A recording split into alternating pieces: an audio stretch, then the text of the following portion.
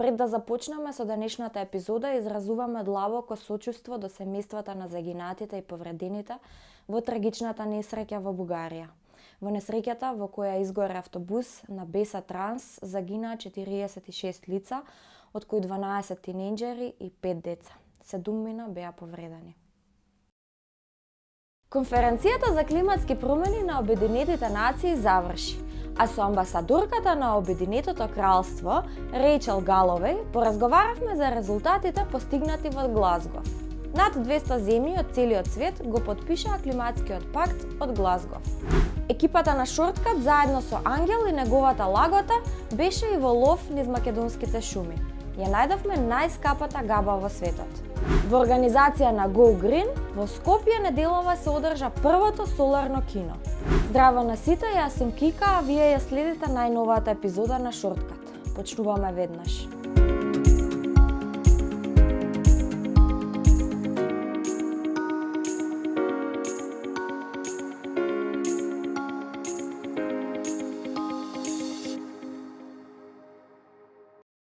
По повод завршувањето на конференцијата за климатски промени на Обединетите нации, COP26, чиј што домаќин годинава беше Обединетото кралство, новинската агенција Мета направи интервју со амбасадорката на Обединетото кралство во Скопје, Рејчел Галовеј.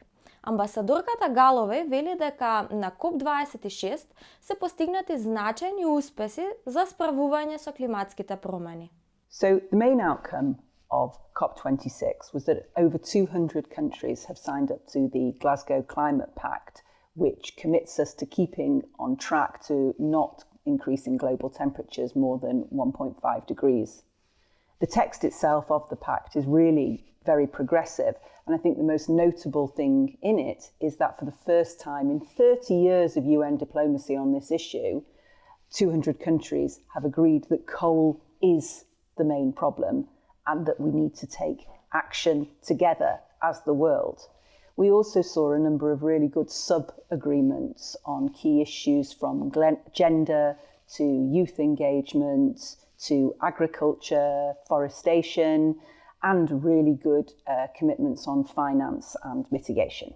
I think first of all, North Macedonia has come forward with a really ambitious set of commitments, but it's underpinned those with actual strategies of how it's going to deliver them. So with the climate strategy, with the energy strategy, which we were very pleased to support the help of the preparation of the strategy and the implementation, because actually the country isn't going to be able to change without moving to new renewable sources of energy which don't damage the environment. And that's going to be very difficult, and it's going to need the financial support that we've already discussed.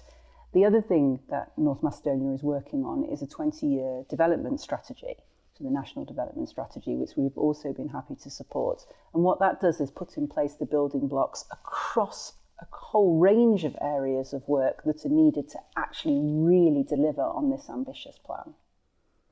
А ние ја продолжуваме емисијата со интересна репортажа за Ангел и неговите вредни кучиња.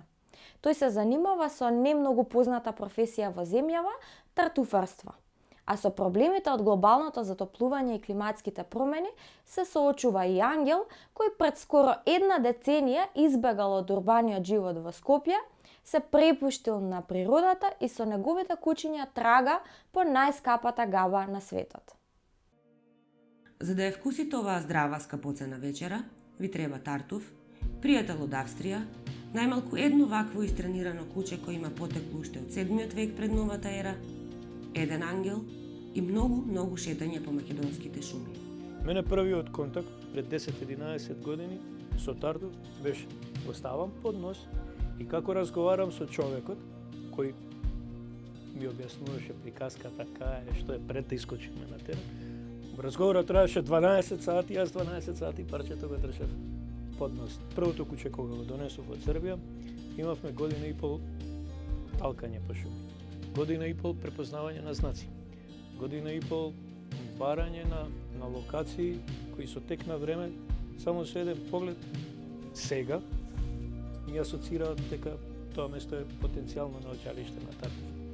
Значи, доволно е во првиот момент, иако еуфоријата и адреналинот се толку јаки, што не ве оставаат на ништо друго да размислувате. Кога ќе се сталошите, може да седнете и да чекате. Не го земам, го ставив во джеп и да си одам. Не, чекај сега да... овај, да се опипа кај сме. И само така можеш успешен тартуфар да се. Природата сама ни ги покажува знаците кај се. Тоа важи за летниот тартуф. За ова сега што го барам. Ангел е скопјанец кој одамна се откажал од урбаниот живот и лови тартуфи. Но приказната не би била интересна доколку не се соочува со штетата од демоните. Дотолку е поместена климата кај нас и воопшто глобално, што лани во еден даден момент, тоа е негде на крајот на октомври месец се случи, почетокот на ноември, во еден даден момент ние во еден ден имавме резултат од црн летен тартуф, црн есенски тартуф и црн зимски тартуф. Значи тартуфи кои не се подрачуваат во исти временски период да растат, да зреат и да се вадат. Несовесните ловци на тартуфите се исто така другари со демоните. Тие не внимаваат да го зачуваат природното богатство, па дупките што ги копаат нивните куќиња, за разлика од ангел, ги оставаат отворени. Така корените на кои никне оваа скапоцемна подземна габа се сушат. Вредните Оскар и Карло наскоро ќе ловат тартуфи и во нивен двор. Вистина е дека тартуфот може да го насадите, ама и во тоа има трик. Што е работа? Негде ги има помоце, негде ги има повеќе. Работата е да најдете кај ги има повеќе, па вие таму да си го направите во крајот на овој месец ноември, кога всушност се садат дрвата. Ќе бидат насадени првите 2000 од посакувани 10.000 стени. Плантажата ќе биде насадена со дрвца од тапи лешник, кои се исцртени од самиот плод, или од желат и од лештик, оплеменети со тартуф. Јас имав среќа да се запознам со еден човек овде кај нас во Македонија. Човеков со кога се запознав пред 4 години. Сето тоа како поблиску го познавам многу добро, затоа што години наназад работел на декоризација на одредени градинарски култури. И она што всушност треба да никне на крајот на месецот, овие први 2000 од замислени 10.000, го правиме заеднички. Затоа што ниту ја би можел без него, ниту тој би можел без мене. Совршената комбинација за рецептот кој ги буди сите сетила за вкус и мирис, освен овошјето, природниот мед и тартуфите, ја надополнува сирењето зреено во сок од вишни. Флоријан е од Виена. Научил да прави сирење во Швајцарија. Купил куќа кај нас и сковал совршен план.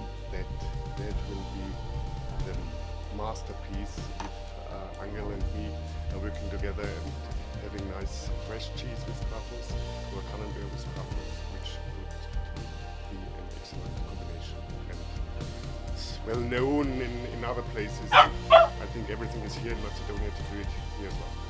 Животот во хармонија со природата е незаменлив и бесценет. Дали Ангел би се вратил во Скопје? Никој. Од 22 до 29 ноември во земјава се одбележува Европската недела на тестирање за ХИВ. Асоцијацијата HERA овие денови овозможи правење на брзи тестови за ХИВ, кои што се бесплатни и доверливи за сите заинтересирани лица. Тестирањето ќе се врши секој ден од 16 до 20 часот и за време на викендот од 11 до 15 часот. Неопходно е закажување термин на телефонскиот број 02 3176 950. Тестирањето ќе се врши во Младинскиот центар на HERA, сакам да знам, кој што е лоциран во скопската населба Водно. Не заборавајте дека покрај во Скопје бесплатни брзи тестови за ХИВ може да се направат и во 10 други градови низ земјава. За крај на емисијата ви ја носиме веста за првото соларно кино што се одржа во Скопје изминатиот понеделник. Сдруженијето Go Green во кинотека го прикажа францускиот филм Си беше една шума, со што во земјава започна одбележувањето на Европската недела за намалување на отпадот, која што трае до 28 ноември. Посетителите влегоа на филмската проекција со носење со себе на еден предмет што може да се рециклира, кој што го предадоа на влезот. На настанот беше промовирана и најновата иновација на GoGreen, мобилна станица која нуди селекција на 8 типа отпад и има и соларни панели кои произведуваат енергија од сонцето. Тука ја завршуваме денешната емисија. Пишете ни што мислите за проблемот со климатските промени или за нашата тема за потрагата по тартуфи. Во меѓувреме, информирајте се преку рубриката за млади ЦТРЛЗ на веб-сајтот на meta.mk. Чао, чао!